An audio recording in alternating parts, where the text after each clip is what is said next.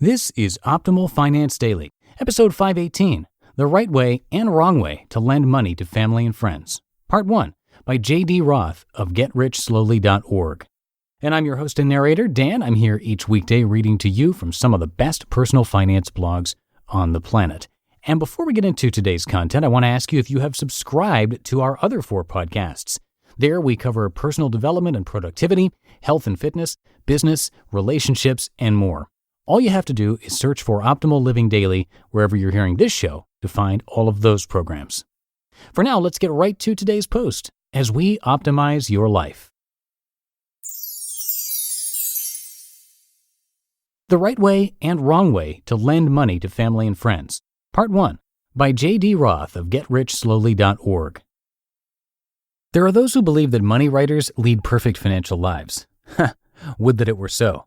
When we get together, we often share stories about the dumb things we've done. Today, my friends, I want to tell you about an instance in which I failed to follow my own advice, an example of how not to get rich slowly. For several years now, one of my indulgences has been season tickets to the Portland Timbers, my hometown's professional soccer team. I've been a Timbers fan since I was 6 years old. I used to listen to their exploits on the radio during the 1970s. I can still sing Green is the Color from memory. When the new Portland Timbers joined Major League Soccer in 2011, I jumped at the chance to buy season tickets. After Kim and I decided to embark on our RV adventure across the U.S., I thought I'd have to give up my seats. I was sad. But then my friend Joe made a great suggestion. Why don't you sell them to me for the season? A win-win, right? Well, sort of. What not to do? Joe paid me for half the season when I renewed the tickets in the autumn of 2014. Before Kim and I left on our RV trip in March 2015, he gave me an $800 check for the remaining balance. Then, on the night before we left Portland, he sent me a text. Quote, "I'm in the process of changing banks, so if it's no difference to you, tear it up and tell me where to send a new check." End quote. I replied with my home address, which Joe already had, but didn't hear back. I sent another text in April but got no reply. In May, we connected. Joe agreed to send the check to Colorado, where we pick it up while visiting Kim's mom. It took me a while to reply with the address, but when I did, nothing happened. No big deal. I'm an easygoing guy. I figured we'd just connect elsewhere on the road. In September 2015, Joe and I finally connected again. He told me he had a check sitting on his desk ready to mail. I suggested he send the money by PayPal and gave him my contact info. Nothing happened. I pinged him again the next week. Nothing. The week after that, still nothing. When we finally connected again in late October, Joe had a sob story for not paying but promised to send the money right away. The holidays came and I forgot about the $800, but Kim didn't. The debt gnawed at her more than it did me. "I can't believe Joe hasn't paid you," she said. I shrugged.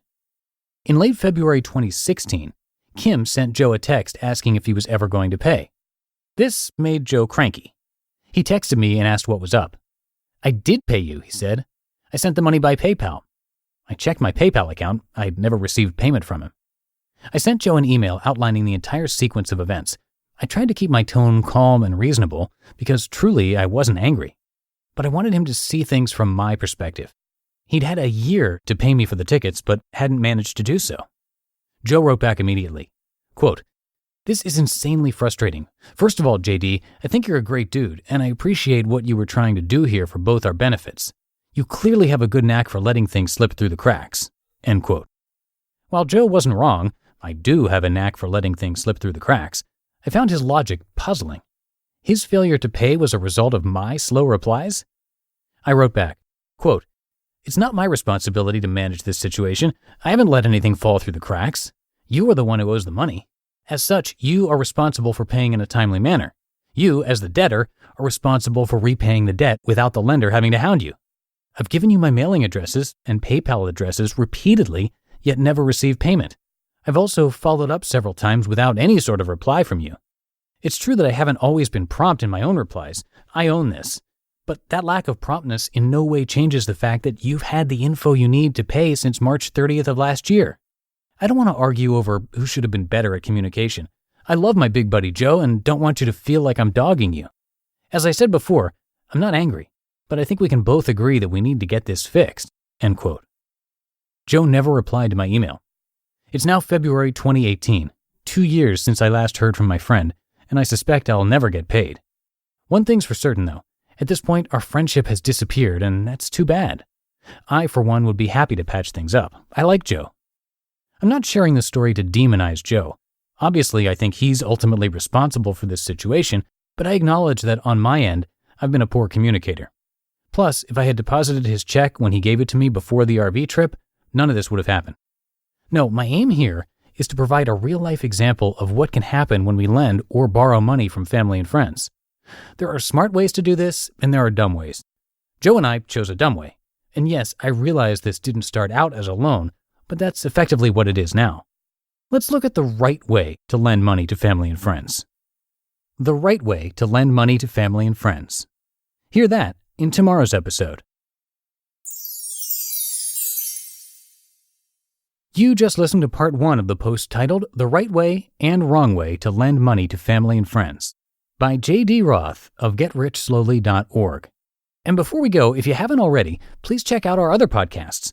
We narrate a lot more blogs for you to help you optimize your life, and to find all of our shows, just search for Optimal Living Daily wherever you're hearing this, and be sure to click subscribe.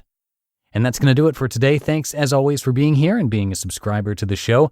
I'll be back with you tomorrow to finish up this post, so I'll see you there, where your optimal life awaits.